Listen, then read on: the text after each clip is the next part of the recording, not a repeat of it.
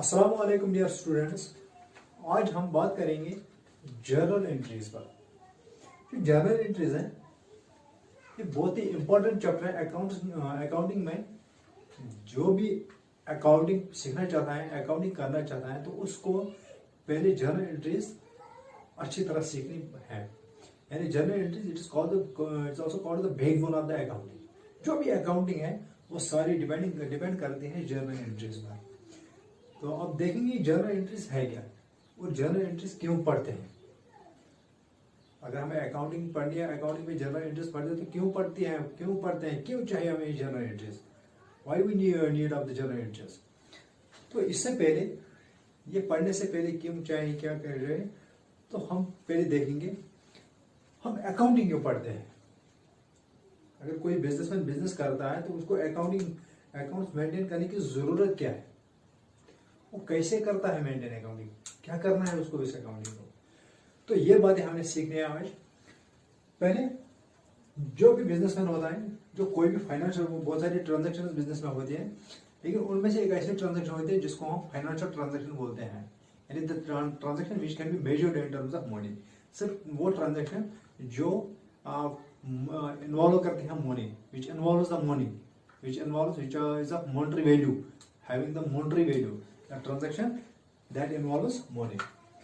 अगर हम देखेंगे बिजनेस में माल की जरूरत पड़ती है, माल बेचना है, लेना है, लाना है, खरीदना है, तो ये बिजनेस में जरूरी है।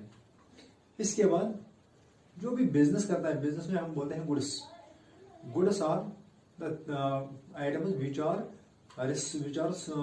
Purchase for sold in ordinary course of the business. यानी जो बेचे जाते हैं, जो परचेज किए जाते हैं, पहले क्यों परचेज किए जाते हैं, क्योंकि बेचने के लिए, उनमें प्रॉफिट परसेंटेज ऐड करने, प्रॉफिट कमाने के लिए तो उनको बेचा जाता है, तो उनको हम कहते हैं गुड्स। इन गुड्स के लिए जो भी आइटम, सपोर्टिंग आइटम है जो इनको बेचने में मदद करेंगे, तो उनको कहते हैं assets, they are called assets. अब हम देखिए जो भी बिजनेस ट्रांजेक्शन करती है तो उस ट्रांजेक्शन के लिए प्रूफ होता है, वो रिकॉर्ड किया जाता है। वो ट्रांजेक्शन जो है वो कैसे रिकॉर्ड किया जाता है। अगर हम दुकान पे जाएंगे, पहले हम दुकान पे जाते हैं, अगर हम मामूली टेलीविजन खरीदते हैं वहां से, तो फिर वो दुकानदार हमें एक बिल देता है, एक कागज की स्लिप देता है, piece of paper gives us, that we call simply we call it bill, invoice, bill.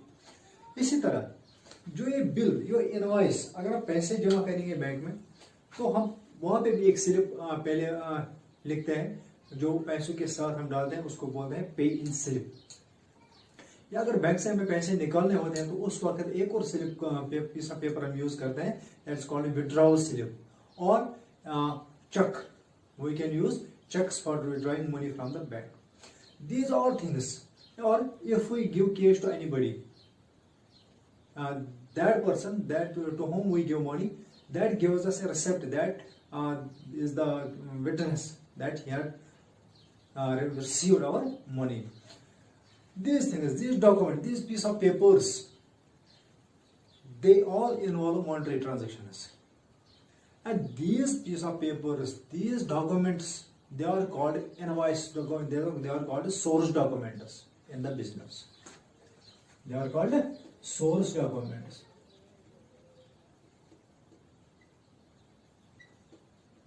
ये जो सोर्स डॉक्यूमेंट्स है, यहीं से स्टार्ट होती है बिजनेस की रिकॉर्डिंग। जो भी बिजनेस ट्रांजैक्शन होती है, बिजनेस में जो भी मॉनेटरी ट्रांजैक्शन है, वो स्टार्ट होती है बस यही से, सोर्स डॉक्यूमेंट से। इसमें क्या होता है, इनवॉइस है,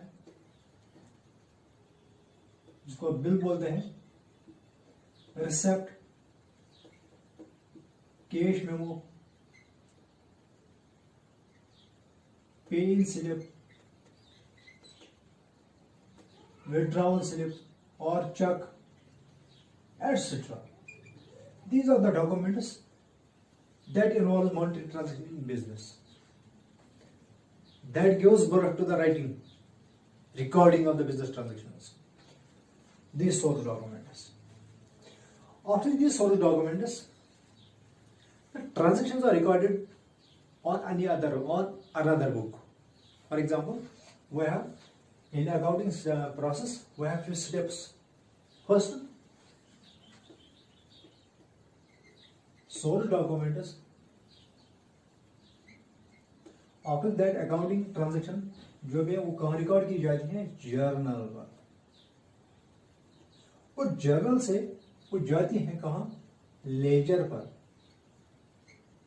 लेजर के बाद एक और अकाउंट बनाना पड़ता है, एक और बुक मेंटेन करनी पड़ती है जिसमें क्लासिफिकेशन अकाउंट्स होती हैं, उसको बोलते हैं लेजर के बाद ट्रायल बैलेंस। जो इसके बाद आती है यहां से बैलेंस निकाले जाते हैं, उसको बोलते हैं ट्रायल बैलेंस। और ट्रायल बैलेंस के बाद क्या किया जाता है, financial statements.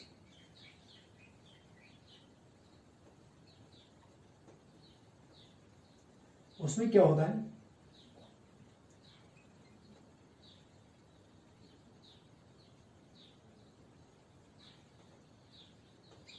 Profit and loss account, balance sheet, trading account, manufacturing account etcetera. बहुत सारे अकाउंट्स होते हैं बिजनेस में। जिस तरह की बिजनेस होती है उस तरह के अकाउंट्स होते हैं इसमें। अगर हम देखेंगे बिजनेस जो भी रिकॉर्ड करते हैं, कहाँ पे रिकॉर्ड करते हैं, क्यों करते हैं, उसका लास्ट मकसद होता है to maintain the financial statements, to prepare the financial statements. What are these financial statements? Why they are needed?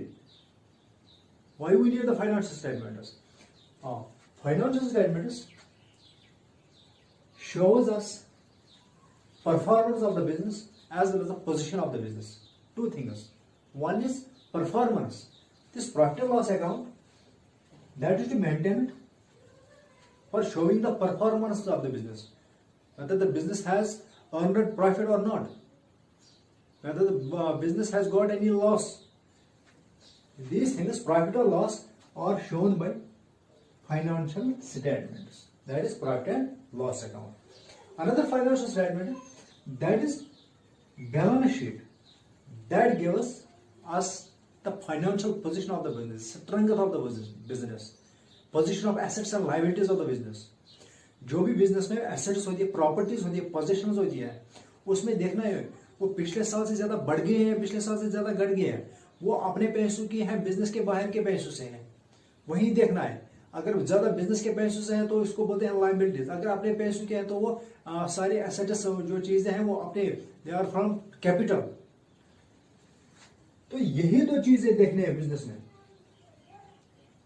Financial statements, balance sheet and profit and loss account. Main, these are the main two. There are so many accounts. I am talking about only these two because these are main statements in any business.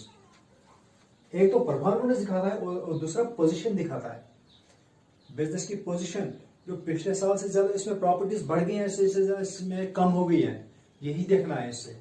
जैसे balance sheet, the statement of assets and liabilities, जो assets दिखाता है, liabilities दिखाता है। इसी तरह जो financial statement आता है, that is profit and loss account, ये दिखाता है हमें प्रॉफिट है या लॉस है बिजनेस ने साल के दौरान। जो अकाउंटिंग पीरियड बिजनेस हर अपना ये फाइनेंशियल स्टेटमेंट से जो अपनी कारकर्दगी दिखाता है, उसके लिए एक फिक्स्ड पीरियड होता है जो इसको बोलते हैं financial year, the period of 12 months. Period of her business को ये पीरियड ऑफ, क्योंकि वो बिजनेस ऐसे सारी जिंदगी ऐसे नहीं, फिर लास्ट में बनाएगी तो इससे पता नहीं चलेगा बिजनेस ने कमाया है या नहीं कमाया। तो इसके लिए बिजनेस ने उसके लिए जरूरी है कि जो भी पीरियड ऑफ 12 मंथ्स है, उसके बाद जब पीरियड ऑफ 12 मंथ्स खत्म हो जाए तो उसके बाद ये उसी के एंड पर बनाया जाता है फाइनेंशियल स्टेटमेंट्स। तो फाइनेंशियल एंड के पर फाइनेंशियल स्टेटमेंट्स बनाए जाते हैं। तो हर बिजनेस का मकसद ये होता है, क्योंकि ये जो फाइनेंशियल स्टेटमेंट्स है इसकी जरूरत क्यों होती है, इसकी जरूरत बहुत सारे लोगों को होती है। सपोज कुछ लोग ऐसे हैं जो बिजनेस में करना चाहते हैं, जो बिजनेस के अंदर है, ये शॉर्ट में insiders of the business as well as the outsiders of the business need this information. जो बिजनेस से बाहर है, इन्वेस्टर्स हो, क्रेडिटर्स हो, लेंडर्स हो, और जो कोई भी हो, मैनेजमेंट हो, एम्प्लॉयज हो, उन सबको को बिजनेस की इंफॉर्मेशन चाहिए।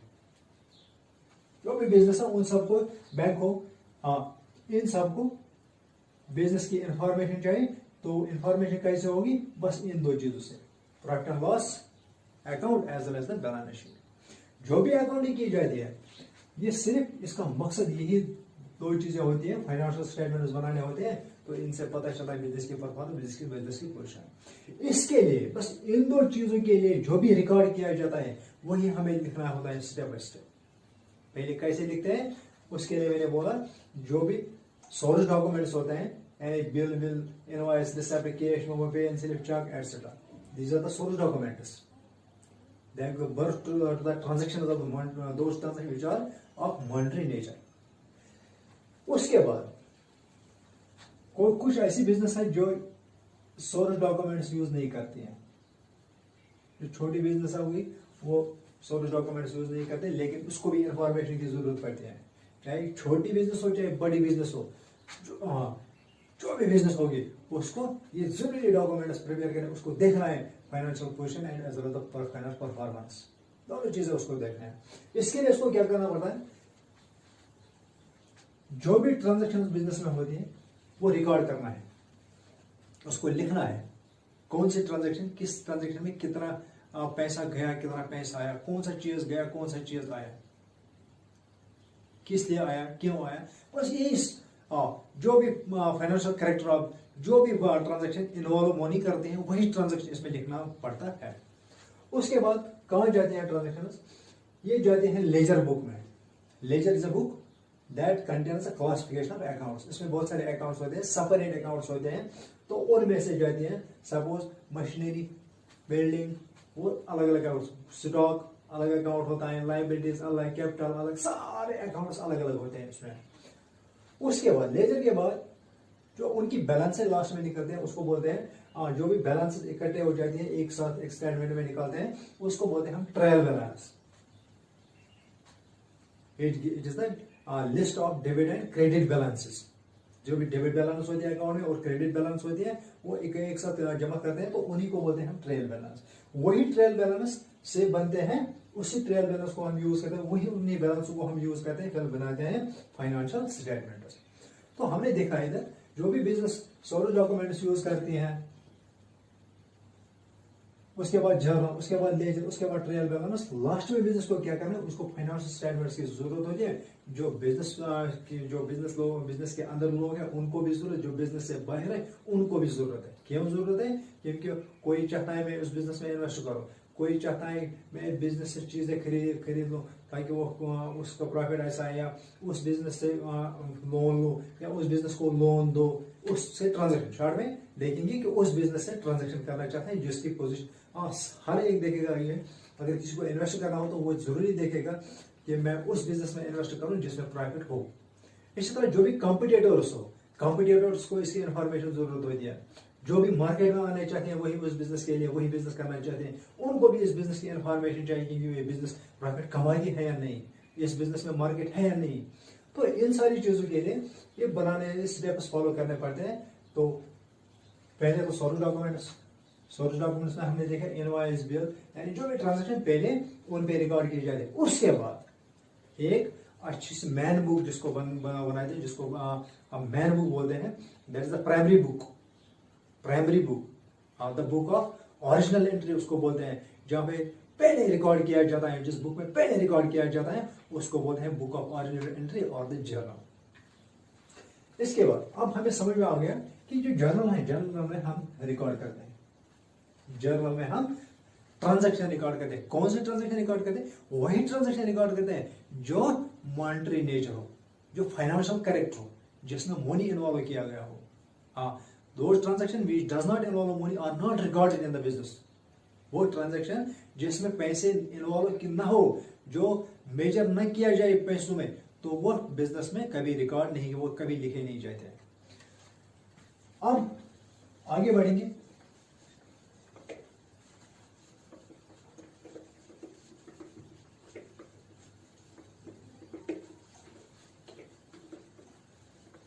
जर्नल,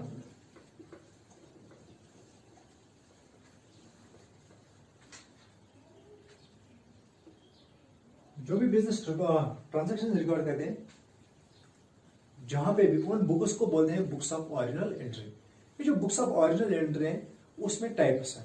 फॉर एग्जांपल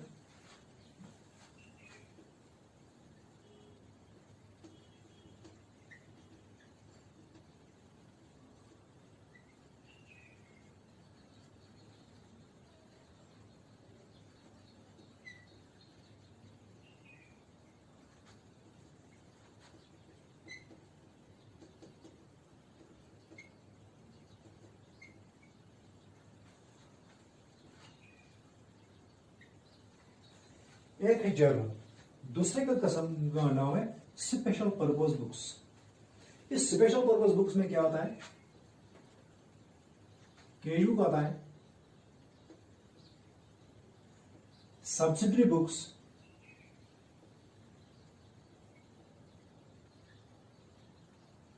और तीसरा चीज आता है इसमें प्रॉपर जर्नल, और इसको बोलते हैं जनरल जर्नल। ये जो सब्सिडरी बुक्स है इसके भी कुछ काइंड्स हैं। Suppose sales book, purchase book, sales return,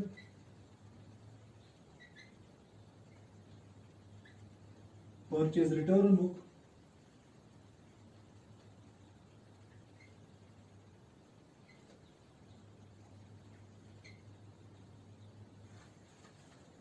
bills receivable book,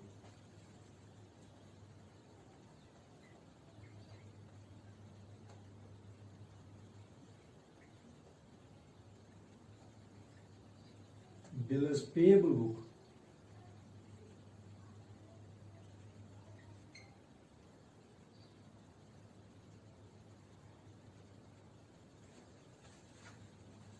these are the books in which the business transactions are recorded। पहले ही उनमें आता है जर्नल।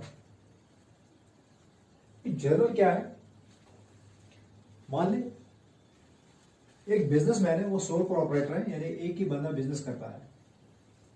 उसकी बिजनेस जो है it is a small scale business, यानी छोटी मोटी बिजनेस है, छोटी बिजनेस है, ज्यादा बड़ी बिजनेस नहीं है। क्योंकि छोटी बिजनेस होती है उसमें एक कॉमन सेंस है कि जो जितनी छोटी बिजनेस होगी उतनी बुक्स इजी मेंटेन करनी, उतनी कम बुक्स यूज करनी है इसमें। इस तरह जो भी छोटी बिजनेस होती हैं उसमें जर्नल यूज होते हैं। जितने भी मॉनेटरी ट्रांजैक्शंस, फाइनेंशियल ट्रांजैक्शंस होती है वो एक ही बुक में लिखे जाते हैं। उसने परचेज क्या किया, उसने दिया क्या, लिया क्या, वो सब कुछ जो भी transactions which of the financial character are recorded in the same book, that is called the journal। इसी तरह अगर बिजनेस बड़ी होगी,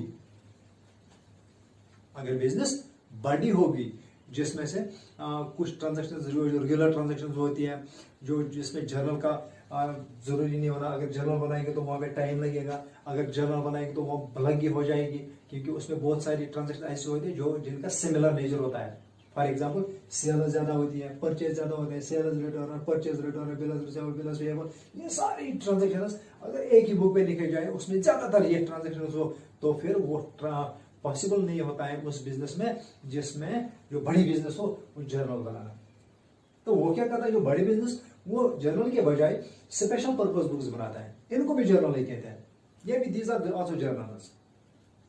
उनमें भी बिजनेस ट्रांजैक्शन रिकॉर्डिंग की जाती है, लेकिन उनमें सेपरेट होती है। जो सेल्स ट्रांजैक्शन वो अलग, जो परचेज ट्रांजैक्शन वो अलग, जो सेल्स रिटर्न ट्रांजैक्शन वो अलग बुक पर लिखा जाता है। इस तरह परचेज रिटर्न अलग, बिल्स रिसीवेबल अलग, बिल्स पेएबल अलग। जो बाकी ट्रांजैक्शन है जो इनमें नहीं आती है वो अलग बुक में लिखी जाती है, जिसको जर्नल कहा।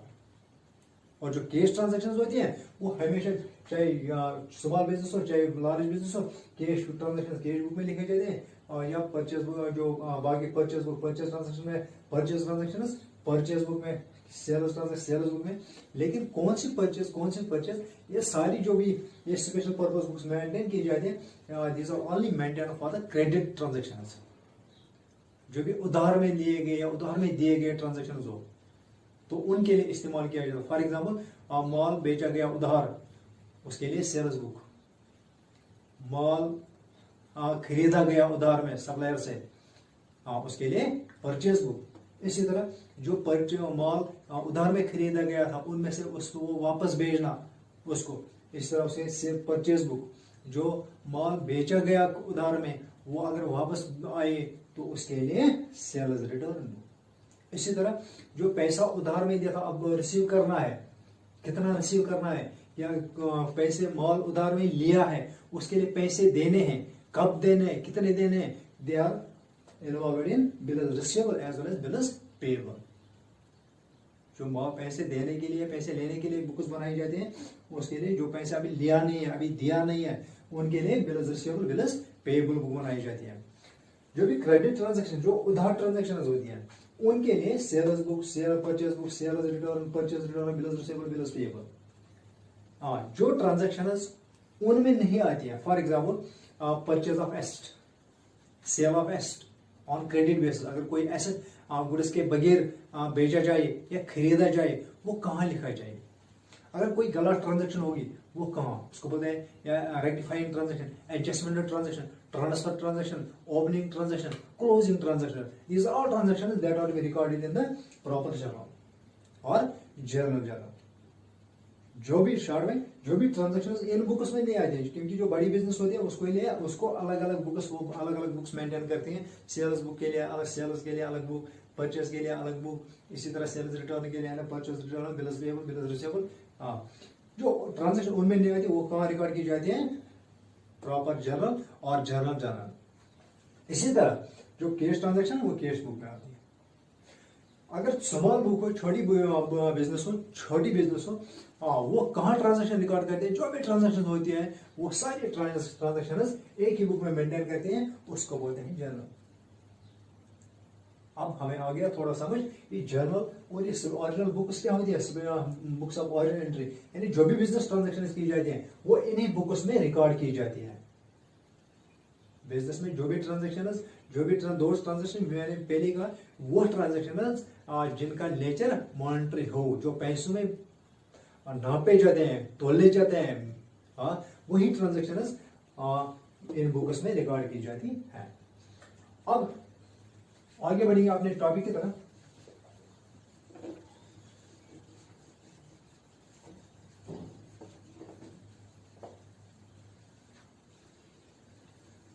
Our topic is journal.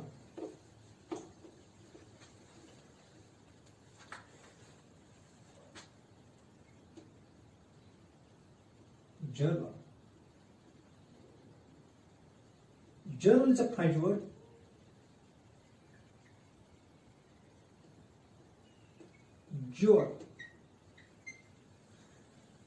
Journal word has been derived from the French word jour. That means a day.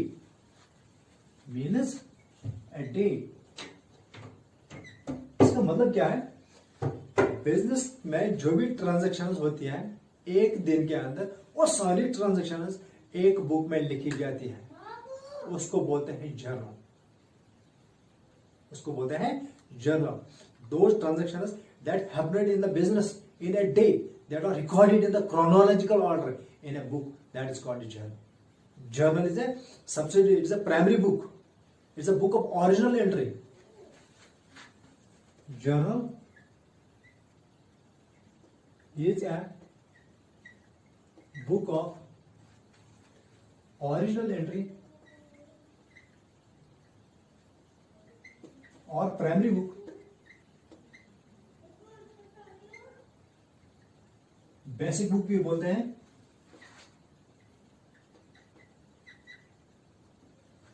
in which all the business transactions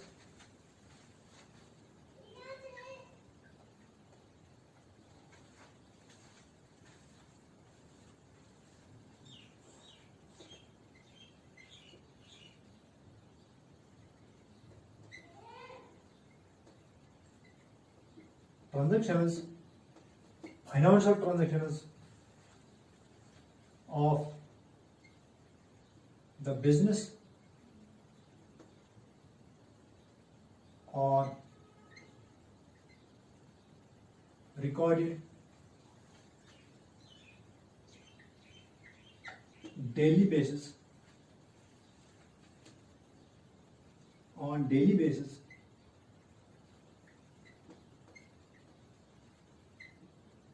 in chronological order. That is, chronological order means the time of their occurrence.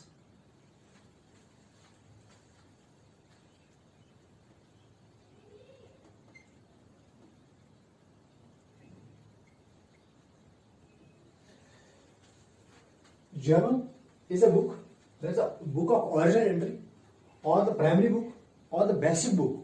It is a basic book, it is a primary book, it is a book of original entry, because all the transactions are firstly recorded in the journal. Then it goes for another books. The book of original entry, यहीं से accounting की process start होती है, यहीं से accounting start होती है, क्योंकि जो अकाउंटिंग की बुनियाद है बस वही जर्नल है. जर्नल यहीं पे अगर कोई गलत ट्रांजेक्शन तो ये सारी अकाउंटिंग गलत, अगर कोई ट्रांजेक्शन ठीक तो सारी ठीक, क्योंकि बेसिक बुक जो है वो यही है journal. Journal is a book of original entry, primary book और basic book, in which all financial transaction of the business are recorded in on daily basis. Business में जो भी फाइनेंशियल ट्रांजेक्शन होती है डेली बेस पे, daily in a day, वो record की जाती है in chronological order, in order of their occurrence, in chronological order. यानी जिस जगह पे जो जिस टाइम पे जो ट्रांजेक्शन हो पहले वही लिखी जाती है. जो पहले होगी वो ट्रांजेक्शन, वो उस पहले वो, उसके बाद जो दूसरी ट्रांजेक्शन होगी तो वो लिखी जाती है इन ऑर्डर ऑफ देयर ऑकरेंस.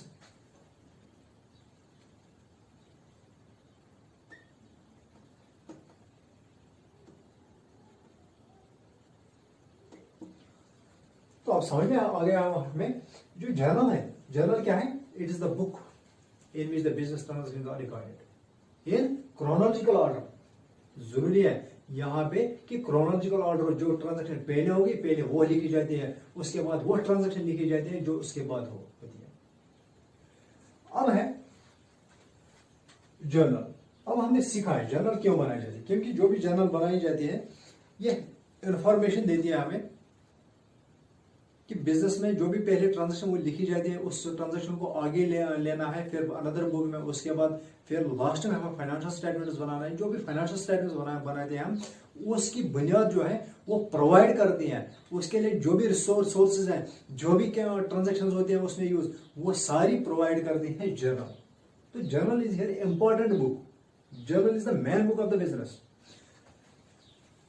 अब जर्नल कैसे बनाया जाता है, उसमें क्या किया जाता है, क्या होता है जर्नल में, अब ये पढ़ेंगे.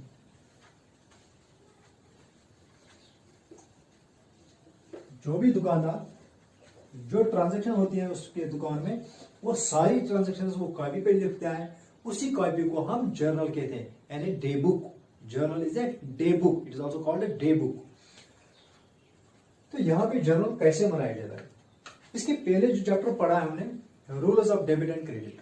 जो जर्नल एंट्रीज है, it is based on the double entry system. In double entry system we have learned there are two aspects of every transaction.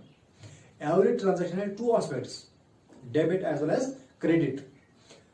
जो जर्नल है, जर्नल में हमें वही रूल्स अप्लाई करने हैं जो हमने डेबिट एंड क्रेडिट रूल्स पढ़े हैं लास्ट चैप्टर में, तो वही अब हम इसमें इस्तेमाल करने हैं. जर्नल में क्या करना है हमें, पहले तो हमें जो भी ट्रांजेक्शन होती है उसमें आइडेंटिफाई करना है कौन सी ट्रांजेक्शन होगी है, उस ट्रांजेक्शन में कौन से अकाउंट्स हैं. पहले ट्रांजेक्शन आइडेंटिफाई करनी है, क्या वो लिखने के काबिल है या नहीं. और यहाँ पे वही ट्रांजेक्शन लिखी जाती है जिसका नेचर फाइनेंशियल हो, that involves the money, otherwise it is not recorded in the books.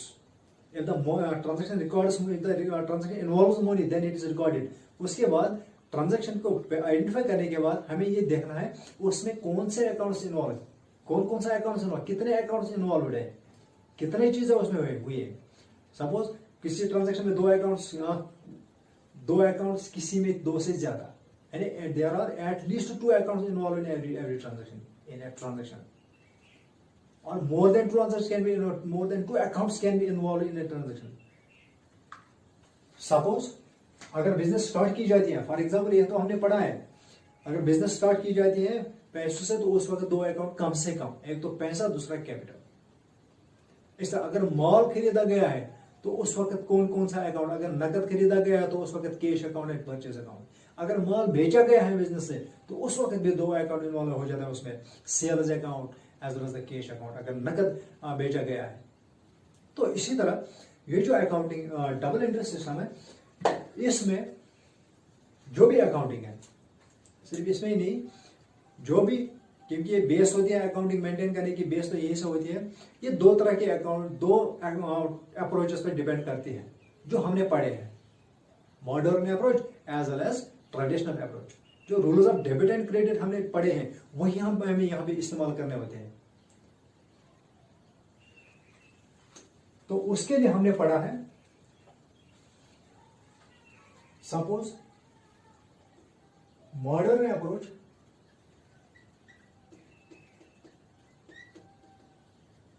उसमें हमने पढ़ा है एसेट्स, और उसको अकाउंटिंग इक्वेशन अप्रोच भी कहते हैं।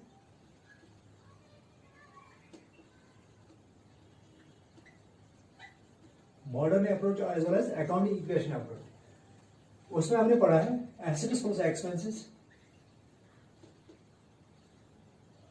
इज इक्वल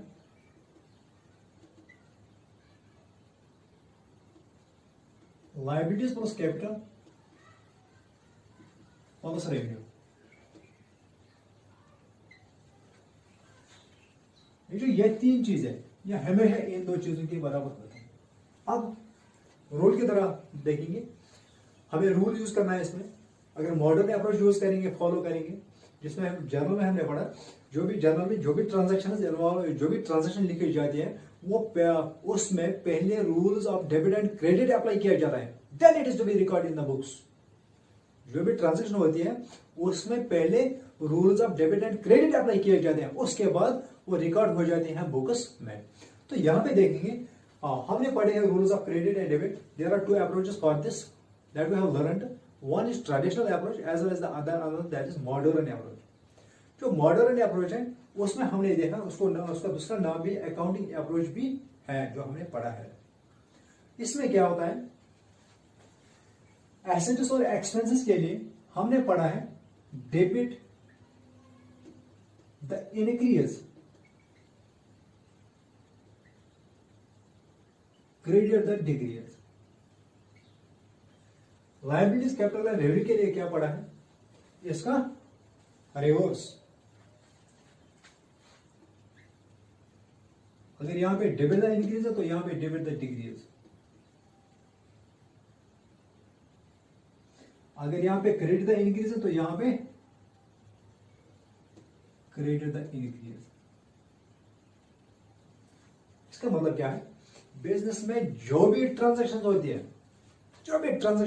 जितने भी अकाउंट्स इन्वॉल्व होते हैं बिजनेस ट्रांजैक्शन में, वो सारे इन 5 हेड्स में पहले डिवाइड किए जाते हैं। They may be assets, expenses, liabilities, capital and revenue. All the accounts, all transactions that involve the accounts, all the accounts are from these 5 heads. Assets, expenses, liabilities, capital and revenue. अब उसके बाद जो भी account होगा, चाहे assets होगा, चाहे expense होगा, चाहे रेवेन्यू होगा, चाहे लाइबिलिटीज होगा, चाहे कैपिटल होगा, तो बस यही रूल अप्लाई हो जाएंगे। एसेट्स और एक्सपेंसेस के लिए क्या रूल है, डेबिट द इंक्रीज। अगर कोई एसेट्स बढ़ जाए, अगर कोई लाइबिलिटी क्या बोलते हैं उसको, एक्सपेंसेस बढ़ जाए बिजनेस में, तो वो उसका वो डेबिट किया जाता है। अगर कोई एसेट घट जाए, कम हो जाए, और इस तरह अगर कोई एक्सपेंसेस घट जाए या कम हो जाए तो वो क्रेडिट की जाती है। इस तरह यहां पे liabilities, capital and revenue, debit the increase. अगर इन चीजों में लाइबिलिटीज में कमी हो जाए, कैपिटल में कमी हो जाएगी और रेवेन्यू में कमी हो जाएगी, तो वो डेबिट किया जाता है। अब इसी तरह अगर इनमें कोई बढ़ोतरी हो, बढ़ जाए, सपोज बढ़ गई हो, कोई सपोज ऐसे लाइबिलिटीज बढ़ जाए, there may be increase in the capital, there may be increase in the revenue, at the time they are credited, these accounts are credited. अभी देखना है debit credit, what is the debit credit, ये तो हमने पढ़ा है। Debit is the name, debit side, left side of the account, and credit is the credit side of an account. Business में हर चीज का हिसाब रखना पड़ता है। फॉर एग्जाम्पल अगर हम बात करेंगे गुड्स की, जो गुड्स है इसको भी अकाउंट के हिसाब शेप से बनाना पड़ता है, स्टॉक अकाउंट। अगर इसमें कोई बढ़ जाएगी तो that is good, it is an asset, it's a property for the business. अगर कुछ इसमें बढ़ जाएगी, इस तरह अगर मैं इसमें कुछ चीजें घट जाए, कमी हो जाएगी। इसी तरह फॉर एग्जाम्पल यहां मैं बोलूंगा machinery, furniture, debtors, land, cash, these are all assets. These are the assets. Cash का हिसाब रहना पड़ता है, मशीनरी का हिसाब रखना पड़ता है, इस तरह फर्नीचर का हिसाब रखना पड़ता है, डेटोरस का हिसाब रखना पड़ता है, लैंड जितने भी अगर बिजनेस में होगी तो उसका हिसाब रखना पड़ता है, बिल्डिंग अगर होगी तो उसका हिसाब रखना पड़ता है। जो भी थिंग्स बिजनेस में यूज हो जाती, जो भी चीजें बिजनेस में है, उन चाहे वो जो फिजिकल हो, फिजिकल कैरेक्टर हो या इनविजिबल कैरेक्टर हो या इंटेंजिबल कैरेक्टर हो, तो उन सब चीजों का, जो भी प्रॉपर्टी बिजनेस में है, उन सब चीजों का हिसाब रखना पड़ता है बिजनेस में। तो अगर हम अकाउंट की शेप में उसका हिसाब उसको एक्सप्लेन करें तो उसी को बोलते हैं जो left side that is debit and that is the right side that is called credit.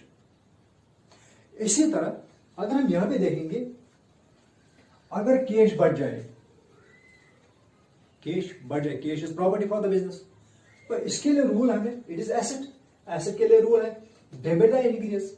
अगर कुछ कैश बढ़ जाए तो कैश का जो अकाउंट है उसके डेबिट साइड में लिखा जाएगा, क्योंकि इसका मतलब है कैश प्रॉपर्टी बढ़ गई है, बिजनेस में प्रॉपर्टी आ गई है और प्रॉपर्टी आ गई है।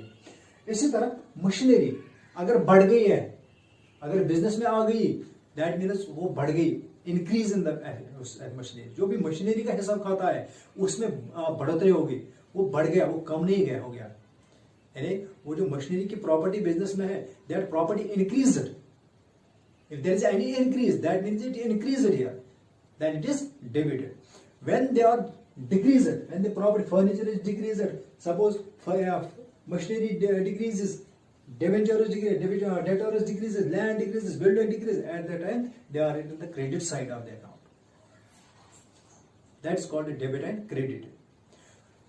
जो जर्नल एंट्रीज है वो हमें इसी का हिसाब देती है, वो हमें यही बताती है कि किस अकाउंट को डेबिट करना है, किस अकाउंट को क्रेडिट करना है, तो वही हमें लिखना पड़ता है। जो भी ट्रांजैक्शन है उसमें हमें यह पता चलता है किस अकाउंट को, किस खाता को खत्म करना है, किसको को डेबिट करना है, किसको क्रेडिट करना है, किसको कमी हो गई, किसको बढ़ गई, इंक्रीज हो गई। तो वही चीजें हमें देखने इसमें। तो यहां पे फॉर द एसेट्स हुआ, अगर हम देखेंगे कैश, अगर बिजनेस में कैश बढ़ गया, कैश ज्यादा आ गया, that means it has been increased. जब इंक्रीज हो गया तो डेबिट हो गया। डेबिट को हम शॉर्ट में डीआर लिखते हैं, DRCR, because they are the words debtor and creditor are the abbreviation used for these words. इसी तरह अगर कैश में कमी हो गई, माइनस हो गया, that means it has been decreased. When they are decreased we can say it is credited. इसी तरह अगर मशीनरी बिजनेस में बढ़ गई, मशीनरी जितनी भी थी, अगर उसका खाता बढ़ गया, उसके हिसाब में उसका जो जितना बैलेंस उसमें था वो बैलेंस बढ़ गई है, that is plus, increased, that is debited.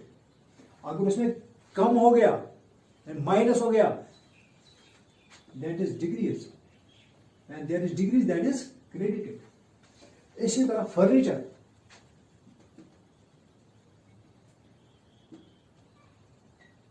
and there is any increase, there is plus addition in the business, in the account, at that time it is debited. When there is any decrease, it is value decreased, so at that time it is minus, it is credited. For the properties we have the rule debit the increase and credit the decrease. In journal entries we have to apply only two rules, only two methods, traditional approach as well as modern approach. जो भी accounts maintain किए जा रहे हैं उसमें हमेशा बस ये दो रूल अप्लाई कर रहे हैं। इन दो रूलों से हम कोई एक रूल भी कर सकते हैं, लेकिन हमें देखने हैं दोनों रूलों को इस्तेमाल करना है ताकि हमें समझ में आए कैसे होते हैं। पहले हमने उठाया यहाँ पे मॉडर्न अप्रोच के जरिए हम यूज करते हैं ये। इसी तरह एक और आइडिया हम यूज कर सकते हैं जिसको हम कंसेप्चुअल रूल भी कहते हैं। बिजनेस में जो भी अगर हम अपने लिए देखेंगे, जो भी अपने लिए जरूरत की चीजें हो या अपने लिए जो सर्विस जरूरी हो, जिस तरह बिजनेस में भी चीजों की जरूरत पड़ती है तो सर्विस की जरूरत पड़ती है। जो भी अपने लिए पड़ती है, जरूरत पड़ती है, तो उसको डेबिट बोलते हैं। जो उसके लिए पे करना पड़ता है, उसके लिए क्या देना है, तो यहां से जाता है, that is credited. That is ideological concept, but we have to go according to these two approaches, traditional approach as well as the modern approach. This traditional approach, modern approach we have, for this we have assets and expenses, debit the increase, the credit the decrease. For these three things, liabilities, capital and revenue, we have the rule debit the decrease as well as credit the increase. इसी तरह अगर debtors हो, अगर कोई increase हो गई वहां पे, that is increase, that is debited. In the same way, if there is any decrease in the debtors, that is decrease, that is debited, credited. In the same way, we have the expenses. If there is any increase in expenses account, if there is any decrease in expenses, we have the rule that we have to follow here. Suppose, similarly, same rule is for liabilities, same rule is for land, building, etc. जो भी asset होगा, asset के लिए बस यही rule है, debit the increase and credit the decrease. इसी तरह अगर हम रेवेन्यू एक्सपेंसेस की बात करेंगे, यहाँ पे बहुत सारे एक्सपेंसेस होती है बिजनेस में। बिजनेस में एक्सपेंसेस क्या होती है? बिजनेस में सर्विस की जरूरत पड़ती है। जो भी सर्विस आती है बिजनेस में, उसके लिए बिजनेस को पे करना पड़ता है, क्योंकि we have two aspects, give and take, give and take. अगर वहां से कुछ आए तो यहां से भी कुछ देना है, वहां से कुछ आएगा तो यहां से भी कुछ जाएगा बिजनेस में, बिजनेस से कुछ जाएगा, बिजनेस में कुछ आएगा। There are two things, give and take in the business. So we have expenses. I am talking about the expenses. For example, salesman in the business, the salary for him we have to pay, the business has to pay. And the business is paying salary, the salary is expense for the business, because business has received service here from the salesman. Salary paid. If there is increase, that means the salary account has been increased. जो भी business का salary account है, उसमें रखा है कितने लोगों को सैलरी पे की गई है, कितने लोगों की चढ़ गई है बिजनेस को, कितने लोगों को देना है अभी। यानी कि उसमें अगर इंक्रीज होगी, दैट इट इज डेबिटेड। अगर उसमें कमी हो गई, that means it is to be decrease, it is credited. इसी तरह सैलरी अगर बढ़ गई है, उसका अकाउंट बढ़ गया, there is increase, that is debited. In the same way we have the assets, the rule for assets as well as the expenses we have the same. Expenses here for which the service has been received, for which the service has been received. If there is decrease, that is credited. Rent paid,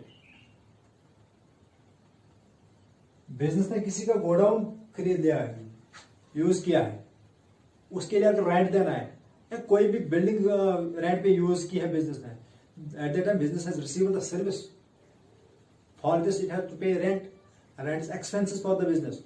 when there is increase in expenses, if the rent has been increase, the rent account has been increase, at that time it is debited.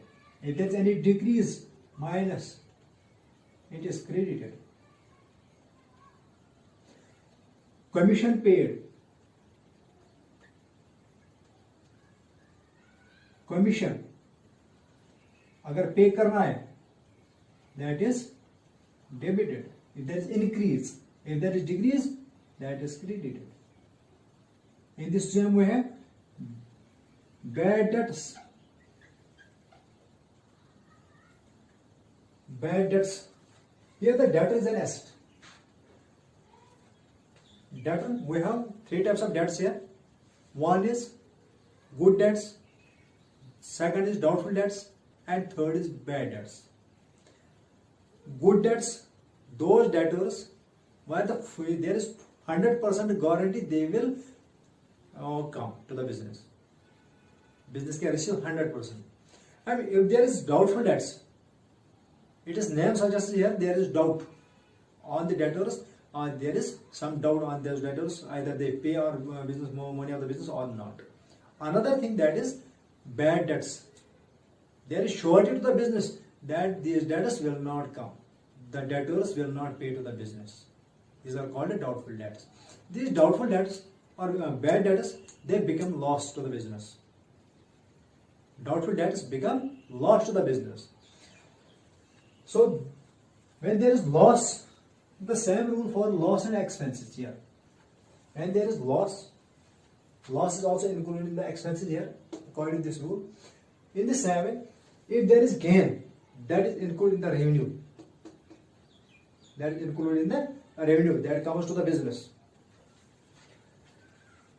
अगर loss होगी business को, उसके लिए भी यही rule है. अगर business bad debts increase होगी, दैट इज उनका प्लस हो गया, वो इंक्रीज हो गई, उनका वैल्यू ज्यादा हो गया, that is debited, debtors account is debited. In the same way, if there is decrease, then their account is credited. Depreciation,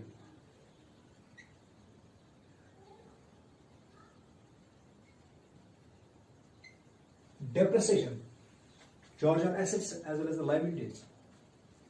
Because charge on assets, fixed assets. Business has used these assets, land, building, machinery, furniture. Building uses these assets for time being, but their cost, their value does not remain same. अगर हम कोई गाड़ी खरीदेंगे, suppose हमने गाड़ी खरीदेगी 5 लाख की, अगर हम 1 साल के बाद उसको बेचेंगे, हमने 5 लाख में लाई थी कार, अब हम उसको बेचना चाहते हैं, हम किसी शख्स पे चाहते हैं, चलो हमारी कार ले लो, वो बोलता है हमें, मैं इसका 4,000 देता हूं, 4 लाख देता हूं, तो हमने भी एक्सेप्ट किया. हमने भी सोचा कि हमने 1 साल तक इसको कार को यूज किया है, कोई भी मार्केट में हमें कोई भी 5 लाख इसको नहीं देगा. क्यों?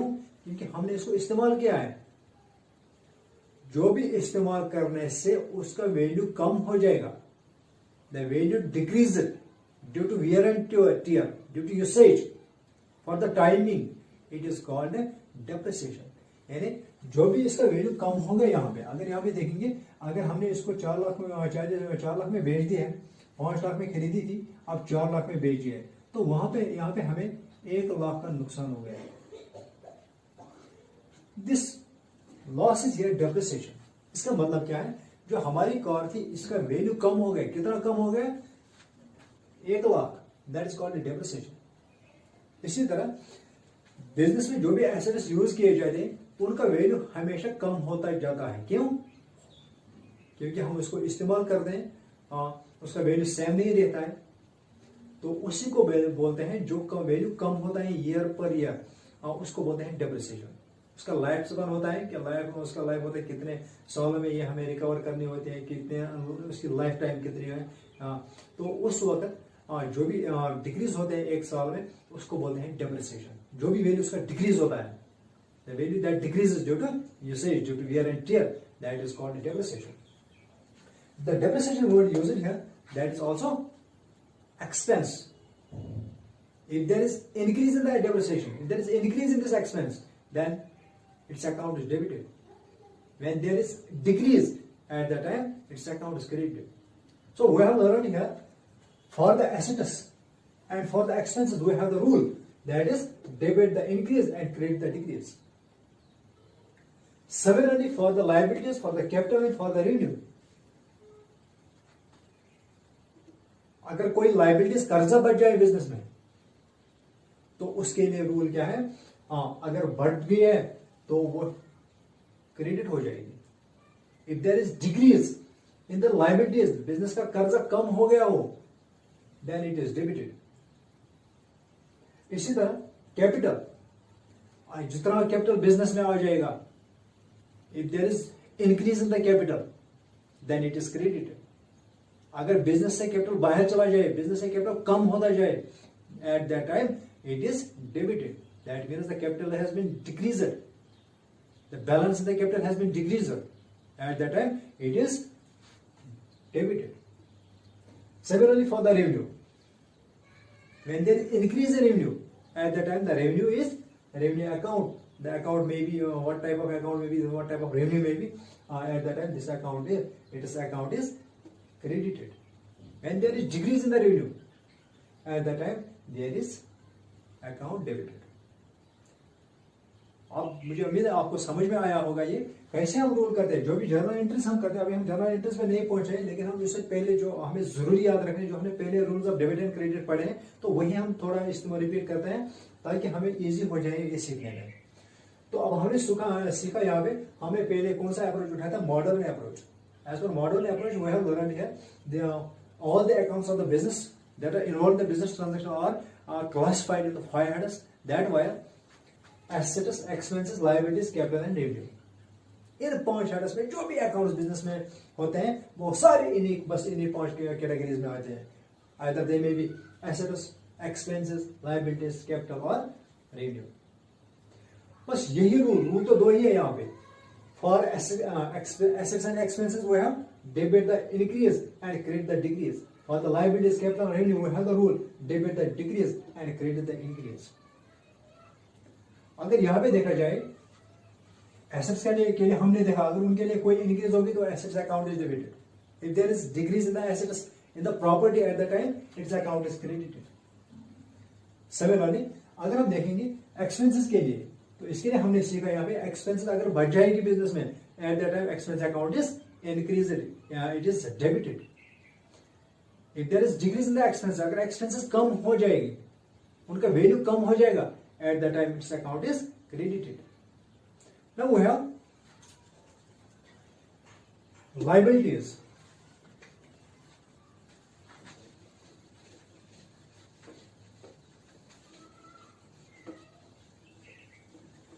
यहां पर मैं एक्सप्लेन करना चाहूं एक चीज और. डेबिटर्स इसको बोलते हैं डेटर्स, कुछ पढ़ते हैं debtors, but the word is debtors. DEBTORS. It is an asset for the business. Why it is an asset? Business has sold goods on credit.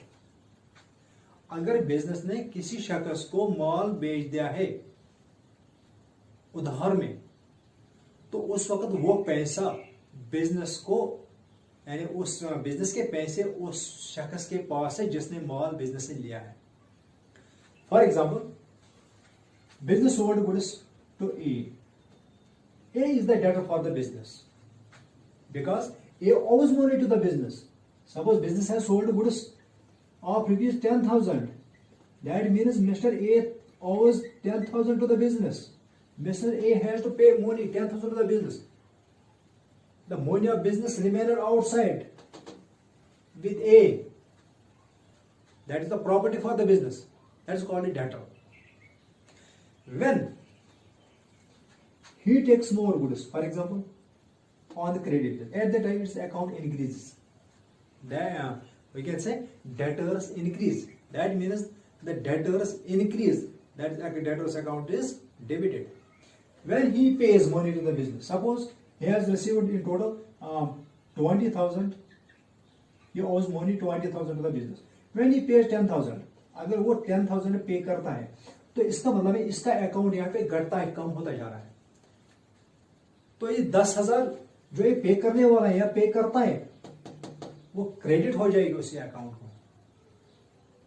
जो भी प्रॉपर्टी है प्रॉपर्टी कम हो जाएगी, जो इस बिजनेस के पास थी वो कम हो जाएगी, लेकिन कैश की सूरत में वो आ सकती है, वो बढ़ती है, लेकिन वो दूसरा अकाउंट है. कैश वो हम लर्न किया, कैश की सूरत में वो आ सकता है, लेकिन यहाँ पे डेटर्स की बात करेंगे, यहाँ पे अलग अकाउंट है. Cash account is separate, machinery account separate, furniture account separate. These are the separate headings of the accounts.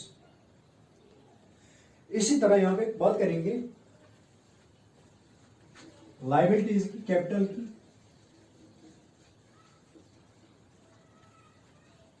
Capital अगर बिजनेसमैन बिजनेस में और पैसे डाल दे तो इसका मतलब क्या है, उसका कैपिटल बढ़ता है वहां पे. At the time it is capital is increase. When there is increase for the capital we have rule credit the increase When there is increase and there is plus, at that time it is credited. We write it in the credit side of the capital account. When there is decrease, अगर वो पैसे निकालना चाह रहा है बाहर, drawings कर रहा है, तो उससे उसकी बिजनेस में उसका जो वैल्यू है कैपिटल वो कम होता जा रहा है. Its account has been decreased. When there is decrease, minus, at the time capital account is debited. Similarly for the liabilities,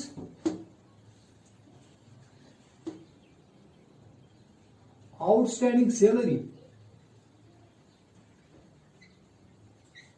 that is liability for the business. Mister B business में काम कर रहा है, सेल्समैन है, उसने 3 महीनों से salary नहीं दी है. Salary is the expense for the business. अगर बिजनेस पे करते हैं salary at the time it is treated as expense.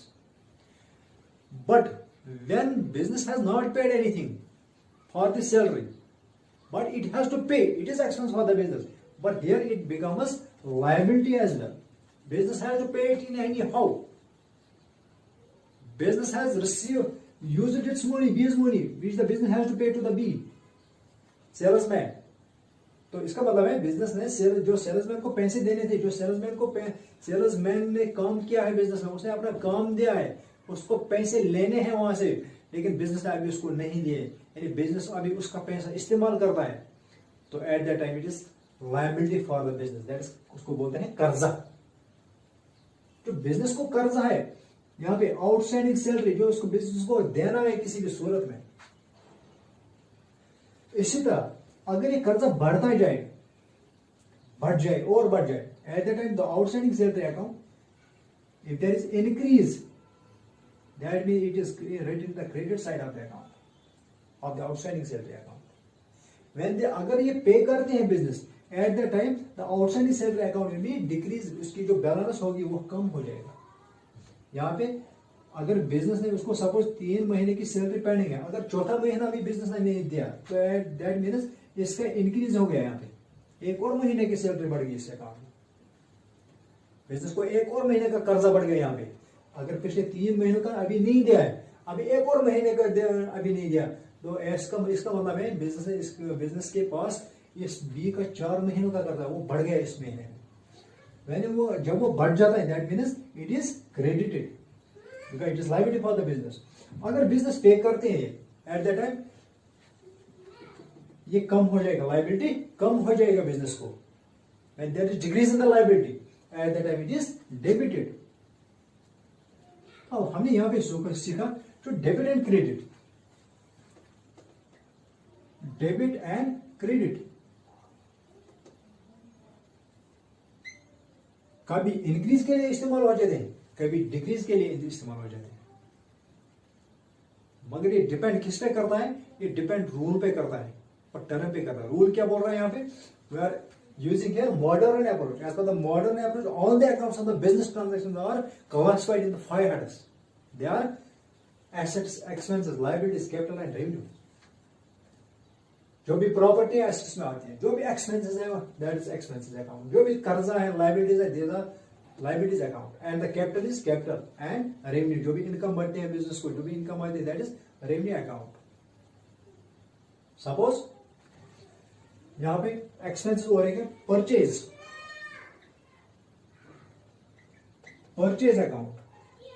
Business अगर माल खरीदते हैं कहीं से, तो बिजनेस को पैसे देने हैं वहां पे. Purchase account is treated as expense account. Sales account is treated as revenue account. Sales याद रहे, purchase account is treated as expense account. कहीं पे वो assets यूज भी किया, assets रियल अकाउंट भी इस्तेमाल किए जाते हैं, तो हमें याद रखना है. As per the modern approach we have used expenses account, expenses as the purchase account, purchase as the expenses account, and sales as the revenue account.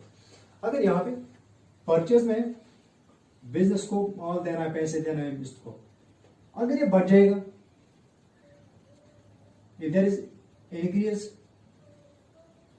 it is expense here for the business. For the expense we have rule debit the increase and credit the decrease. तो अगर ये बढ़ जाएगा, purchase increase हो जाएगा इसमें, and वो debit side में लिखा जाएगा, परचेज अकाउंट के डेबिट साइड में लिखा जाएगा. और इसी तरह माइनस उनमें हो जाएगा, कमी हो जाएगी। जो इसमें परचेज अकाउंट में बैलेंस है वो कम हो जाएगी, तो इसका मतलब है डिक्रीज हो गया, इट इज क्रेडिटेड। इसी तरह यहां पे लायबिलिटीज में हमने देखा, सपोज आउटस्टैंडिंग सैलरी की बात हमने की, हमने देखा जब लायबिलिटीज बढ़ जाते हैं बिजनेस को, तो उस वक्त जब लायबिलिटीज बढ़ जाते हैं दैट इज क्रेडिटेड, जब लायबिलिटीज कम हो जाते हैं दैट इज डेबिटेड। इसी तरह सपोज एक और बात, एडवांस रेंट रिसीव्ड, अगर बिजनेस ने कुछ पैसा एडवांस में लिया है, अगर एडवांस में देगी तो वो एसेट कहलाएगी, that is treated as asset, because at that time money of the business goes to outstanding for which the business has received nothing. When the business receives, similarly, when the business receives outsiders' money for which the business has paid nothing, at that time it is called liability to the business. वो business के लिए कर्जा बन जाता है। जब वो business के लिए कर्जा बन जाता है तो उसके लिए रूल क्या है, जब वो बढ़ जाएगा eight that time it is credited, जब वो घट जाएगा इट इज डेबिटेड।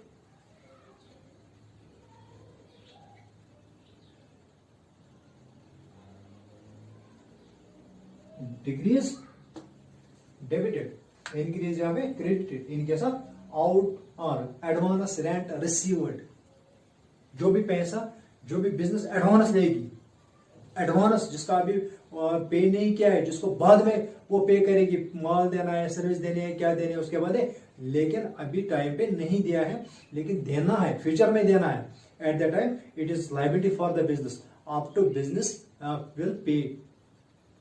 जब तक बिजनेस उसको पे नहीं करेगी तब तक वो बिजनेस के लिए कर्जा बन जाएगी। इसी तरह अगर बिजनेस किसी को देगी, इधर से बिजनेस किसी को एडवांस में देगी, तो उस वक्त बिजनेस का पैसा बाहर चला गया, बिजनेस का माल बाहर चला जाता है, तो जब तक वो बिजनेस रिसीव नहीं करेगी वहां से कुछ वक्त, तब तक वो एसेट ही रहेगा, तब तक वो प्रॉपर्टी रहेगी बिजनेस की।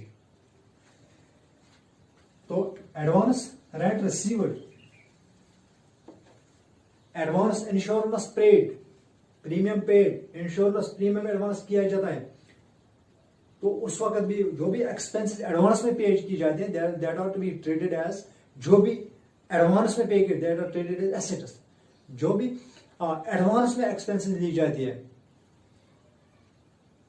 जिनका अभी पे नहीं किया है, जो भी एडवांस में लिया जाए तो वो कर्जा बन जाते हैं बिजनेस के लिए।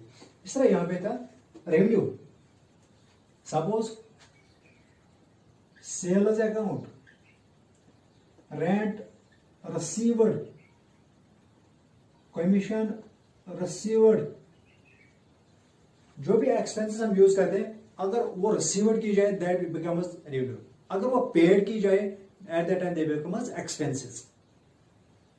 जो भी एक्सपेंसेस अगर उनके साथ वर्ड पेड लिखा गया हो या पेएबल हो तो वो एक्सपेंसेस बन जाती है। अगर वो रिसीव्ड की जाए या रिसीवेबल हो at that time they are assets for the business, they are the property, they are the revenue for the business. Suppose यहाँ पे revenue for the business, not assets, revenue for the business. Suppose sales account, rent received, commission received, इस तरह insurance claim received, interest received, these are all revenues to the business.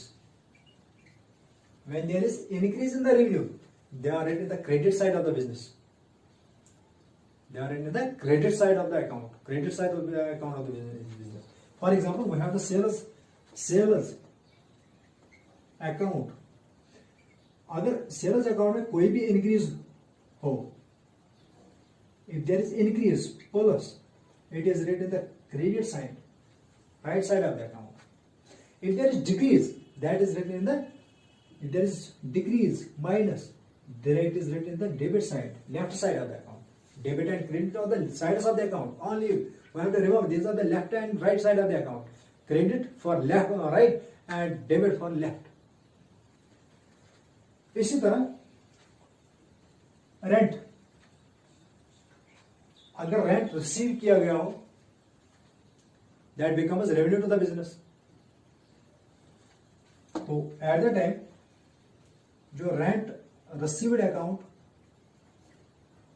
When there is increase,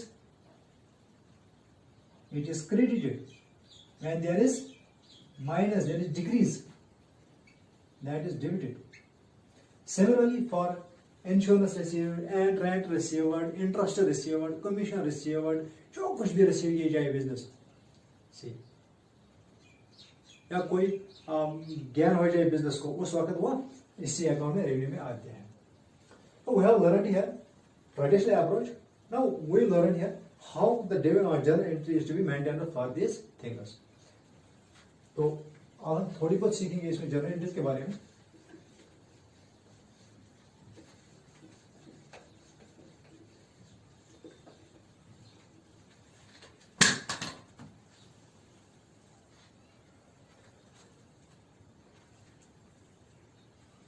When the entries are to be made in journal book, and they are called journal entries. Let me explain you again.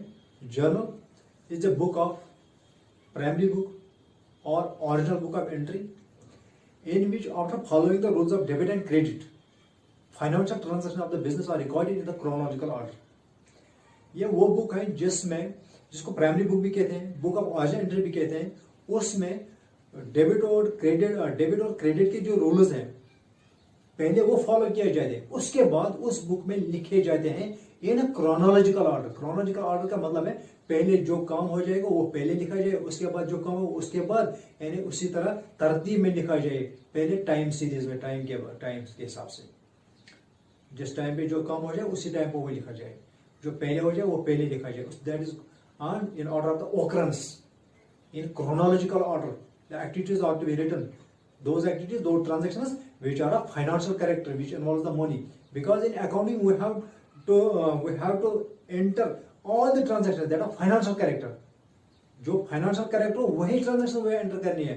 जो financial character ना हो, जिनमें monetary involve ना हो. For example मैं कहूंगा यहाँ पे पेन, इसका पैसा यहाँ पे अगर न लिखा जाए, अगर मुफ्त में लाया जाए, तो at the time we have not written it. If we have paid, if we have received anything, if we have paid anything for this, suppose change of fashion, for example, change of fashion, promotion of employees in the business. These are the transactions, but they are not financial character. बहुत सारी transaction जो financial character नहीं है. Suppose यहाँ transfer from another department. इसी तरह हमें वो ट्रांजैक्शन लिखनी है जिनमें मॉनेटरी इन्वॉल्व हो, sale, purchase, rent, commission etcetera, machinery. इसी तरह जो भी ट्रांजैक्शन जिसमें पैसे इन्वॉल्व हो उसी को हमें लिखना पड़ता है बुक्स में. तो जर्नल प्राइमरी बुक है, बेसिक बुक है, जो एंट्रीज पॉसन करती है बाकी बुक्स में, जिसके बाद हमें अकाउंट्स मेंटेन करने में हेल्प करते हैं, बेस प्रोवाइड करते हैं, सोर्स प्रोवाइड करते हैं उनके लिए, जिससे हमें अकाउंट्स बन जाए, फाइनेंशियल अकाउंट्स बन जाए. तो यहां पे देखेंगे अब जर्नल कैसे बनाया जाता है.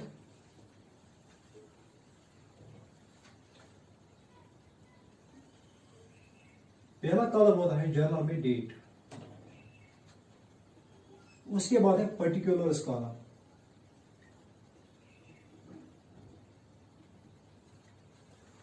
उसके बाद है LF लेजर फोलियो, क्योंकि जर्नल के बाद लेजर बनाया जाता है. जर्नल से ट्रांजैक्शंस पोस्ट की जाती है लेजर में, तो इसी यहां पे लेजर अकाउंट लिखना पड़ता है. लेजर में इसकी रेफरेंस देनी पड़ती है, वहां पे JF लिखते हैं. लेजर में जब अकाउंट्स बनाते हैं तो वहां पे कॉलम आता है, इसकी जगह अलग की वजह JF जर्नल फोलियो. यहां पे आता है लेजर फोलियो, क्योंकि इसके बाद ट्रांजैक्शंस वहां पे लिखी जाती है. तो वहां से हमें पता चले कि लेजर में किस पेज पर है. Ledger folio is the page number of the ledger. उसके बाद पहले डेबिट अमाउंट, उसके बाद क्रेडिट अमाउंट. पहला कॉलम है डेट कॉलम. डेट कॉलम में हमने सीखा है पहले क्रोनोलॉजिकल ऑर्डर में लिखना है, जो पहले डेट हो उसमें लिखना है, जो पहले टाइम पे हो ट्रांजेक्शन की हो वो पहले लिखने हैं. हाँ, अब है पर्टिकुलर्स कॉलम. पर्टिकुलर्स कॉलम में हमें लिखना है जो भी अकाउंट्स इन्वॉल्व ट्रांजेक्शन में हो जो हमने rules of debit and credit में पढ़े हैं। सपोज मैं यहाँ पे एग्जांपल एक लूंगा, Ram started business with cash rupees 10,000 and like suppose Ram ने बिजनेस स्टार्ट किया है 1,00,000 रुपए से और 2 accounts are at least involve in each transaction. जो भी ट्रांजेक्शन उसमें कम से कम 2 अकाउंट होंगे, 2 से ज्यादा भी हो सकते हैं लेकिन 2 से कम नहीं हो सकते, because it is double interest system. We are learning here double interest system. It has 2 aspects, 2 चीजें यहां पे है। तो वो 2 अकाउंट्स है क्या, एक तो राम है और दूसरा है केश। राम ने पैसे दिए बिजनेस को, तो उसको बोलते हैं, जो राम का अकाउंट बनेगा उसको बोलते हैं कैपिटल अकाउंट। यहां पे राम के बदले क्या आएगा, कैपिटल अकाउंट। और दूसरा आएगा कैश अकाउंट। बिजनेस ने पैसे रिसीव किए, बिजनेस में माल आ गया, पैसा आ गया, प्रॉपर्टी बढ़ गई है। कितने प्रॉपर्टी बढ़ गई है, जितना राम ने दिया है। राम ने कितना दिया है, 1,00,000, तो कैश कितना आ गया, 1,00,000। अब हम एंट्री की सूरत में लिखते हैं, यहाँ पे नेम ऑफ द जो पर्टिकुलर कॉलम है वहां पे अकाउंट्स का नाम लिखना है। पहले वो अकाउंट लिखा जाता है जो डेबिट होता है, क्योंकि जो भी अकाउंट इन्वॉल्व होते हैं उनमें अगर 2 अकाउंट्स इन्वॉल्व होते हैं ट्रांजैक्शन में, उसमें जरूरी एक डेबिट होगा एक क्रेडिट होगा। जो डेबिट होगा वो पहले लिखा जाता है, जो क्रेडिट होगा वो बाद में लिखा जाता है। सपोज हमने यहां पे देखा बिजनेस ने कैश रिसीव किया है, कैश इज एसेट, बिजनेस में कैश बढ़ गया, so the assets the rule is for debit the increase. So we write here suppose अगर ये 1 जनवरी को होगी 2010 फॉर एग्जाम्पल, तो वहां पे लिखेंगे पहले cash account in debit column में। यहाँ पे लेजर फॉलो का पेज नंबर, यहाँ पे कैश कॉलम में हम लिखेंगे जितना पैसा दिया गया है। इसी तरह इसमें थोड़ी बहुत जगह छोड़ने के, इस जो अब दूसरा अकाउंट का नाम लिखना है कैपिटल अकाउंट। ये जो पहला हमने लिखा पहले अकाउंट का नाम, इसमें थोड़ा सा जगह छोड़ना है, थोड़ी सी जगह छोड़ के, हाँ ये 2 वर्ड से स्टार्ट करेंगे तो बेहतर है हम इसके बीच में स्टार्ट करें। फिर देखिए इस अकाउंट का नाम क्या है, अकाउंट दूसरे अकाउंट का नाम capital account, that is to be credited. In credit column में उसका value that is same as 1 lakh. अब एक और बात जो इंपॉर्टेंट बात है, यहां पे नरेशन लिखनी पड़ती है। पहले कॉलम डेट, उसके बाद पर्टिकुलर्स में अकाउंट के नाम, उसके बाद लेजर फोलियो, उसके बाद डेटर्स कॉलम, डेबिट कॉलम है, क्रेडिट कॉलम, उसमें अमाउंट लिखने पड़ते हैं। तो ये जो पर्टिकुलर्स कॉलम, इसमें एक और बात जो मैं बोल रहा हूं important, that is called narration. जो नरेशन है, नरेशन में हमें लिखना है कि ये ट्रांजेक्शन अगर हुई है तो क्या हुआ है, अगर राम ने कैपिटल में दिया तो क्या दिया है, ये हमें लिखना पड़ता है क्या किया है उस ट्रांजेक्शन में। बीइंग वर्ड स्टार्ट किससे स्टार्ट होता है, या वर्ड फॉर से स्टार्ट होता है, या नरेशन जो है ये 2 वर्ड से स्टार्ट किया, या फॉर वर्ड से और बीइंग वर्ड से। Suppose being started business with cash, business start किए गए हैं कैश से। इसी तरह यहां पे एक और एग्जांपल लेंगे, परचेज मशीनरी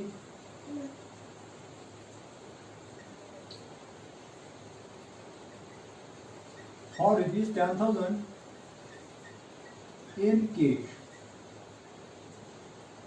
अगर यहां पे देखा जाए इस ट्रांजैक्शन में भी 2 अकाउंट्स हैं, one is machinery account and another is cash account. Machinery account और cash account, मशीनरी बिजनेस में आ गई है, यानी बिजनेस में मशीनरी का जो अकाउंट है वो बढ़ गया है, that means machinery account is debited because it is asset, machinery is asset, debit the increase.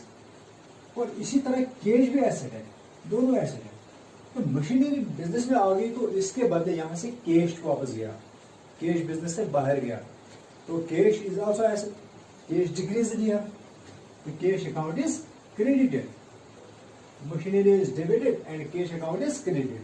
Suppose तो डेट में भी है 2 जनवरी 2010. तो यहाँ पे एंट्री कैसे होगी जर्नल में, पहले डेट कॉलम 2 जनवरी 2010, इसके बाद जो पहले अकाउंट आएगा यानी वो आएगा डेबिट अकाउंट, जो अकाउंट बढ़ गया वो डेबिट आएगा और जो घट गया वो क्रेडिट, क्योंकि ये दोनों एसेट्स हैं. तो मशीनरी अकाउंट बढ़ गया तो यहाँ पे आएंगे मशीनरी अकाउंट,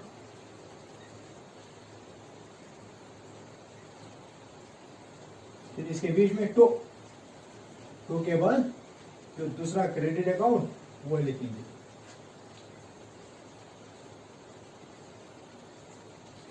कैश अकाउंट और लेजर फोलियो कॉलम में लेजर फोलियो का पेज होगा, लेकिन यहाँ पे है नहीं तो यहाँ पे ऐसे लिखे.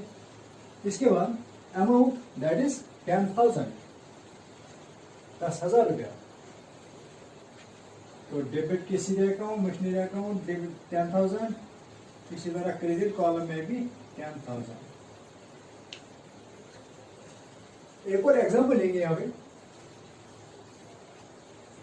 आप पहले नरेशन लिखेंगे. बीइंग परचेज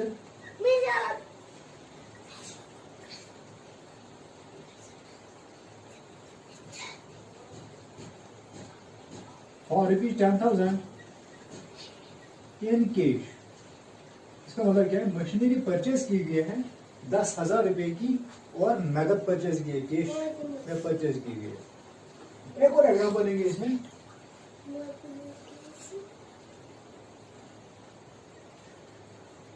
परचेज गुड्स और रुपीज 10,000 20,000 फ्रॉम श्याम एंड को on 3 जनवरी 2010. यानी श्याम एंड को से माल खरीदा गया, गुड्स खरीदे गए 20,000 के. हाँ, यहाँ पे श्याम एंड को पैसे नहीं दिए गए. यहाँ पे भी दो अकाउंट्स देंगे, कौन कौन से दो अकाउंट्स हैं, फिर रूल अप्लाई करेंगे. एक तो आएगा परचेज अकाउंट, क्योंकि गुड्स आ गए बिजनेस में, जब गुड्स आ गए उस वक्त परचेज अकाउंट डेबिट होता है. और दूसरा क्या है, श्याम एंड को, यहाँ पे जो माल खरीदा गया, गुड्स खरीदे गए, वो नकद नहीं खरीदे गए बल्कि उधार में खरीदे गए श्याम एंड को से. तो दो अकाउंट आ गए, एक आ गया परचेज अकाउंट, दूसरा आ गया श्याम एंड को. हाँ, रूल की तरफ जाएंगे तो परचेज अकाउंट है that is expenses account. Expenses account, when the expenses increases, the expense account is debited. इसी तरह the rule for assets and expenses, debit the increase and credit the decrease. तो यहाँ पे परचेज अकाउंट जो है ये expenses account है, ये डेबिट हो जाएगा. और इसी तरह जो श्याम एंड को है, श्याम एंड को ने माल बिजनेस को उधार में दिया, तो बिजनेस के लिए एक लायबिलिटी इंक्रीज हो गई, यहाँ पे लायबिलिटी आ गई, लायबिलिटी बढ़ गई. जो श्याम एंड को becomes a liability here for the business. So the Sham account is liability for the rule liability. There is debit the decrease and credit the increase. जब कर्जा बढ़ जाता है तो क्रेडिट किया जाता है, जब कर्जा कम हो जाता है तो डेबिट किया जाता है. तो यहाँ पे purchase account debited, Shyam and Co credited as per the modern approach. तो क्या आएगा फिर, परचेज अकाउंट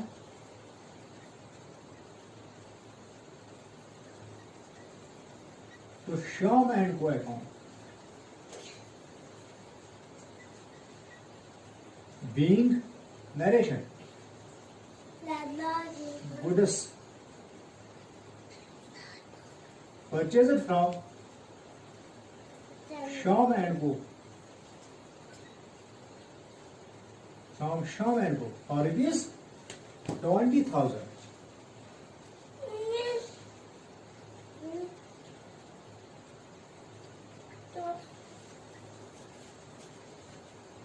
इसी तरह हमने यहाँ पे सीखा ये जो रूल है मॉडर्न अप्रोच, ये किस तरह हमने यूज किया है, rules of debit and credit कैसे हमने रूल किए, तो फिर वही रूल्स हमने अप्लाई किए इसमें अकाउंट्स में। तो फिर वो अकाउंट्स हमने इसमें डाले, किसमें, जर्नल एंट्रीज के प्रोफार्मा में, यानी कि फॉर्म में। तो यहाँ पे बन गया जर्नल एंट्री। इस तरह से जर्नल एंट्रीज की जाती है। तो हमेशा जर्नल एंट्री जब बनाएगी जो डेबिट कॉलम है ये हमेशा होगा क्रेडिट कॉलम के बराबर, यानी कि हर बिजनेस में there is every debit for every credit, every credit for every debit. तो both debits and credits are always equal. तो इसी तरह हम आगे बढ़ेंगे नेक्स्ट क्लास में। हम इसी अप्रोच को थोड़ा आगे बढ़ाएंगे, इसमें एग्जाम्पल देंगे, क्वेश्चन देंगे, तो फिर हम दूसरा अप्रोच कराएंगे। हम जर्नल एंट्रीज इन दोनों अप्रोच में, चाहे ट्रेडिशनल अप्रोच यूज करेंगे चाहे मॉडर्न अप्रोच यूज करेंगे, दोनों में से कोई एक अप्रोच यूज कर सकते हैं हम, और कोई भी क्वेश्चन कर सकते हैं। क्योंकि जो भी अकाउंट्स बिजनेस में है वो हम इन्हीं अकाउंट्स के जरिए, इन्हीं हेडिंग्स के जरिए, चाहे ट्रेडिशनल अप्रोच यूज करेंगे तो उसमें अपने रूल्स हैं। ट्रेडिशनल में 3 हेडिंग्स हैं, रियल अकाउंट, नॉमिनल अकाउंट या पर्सनल अकाउंट, उसी में डालेंगे।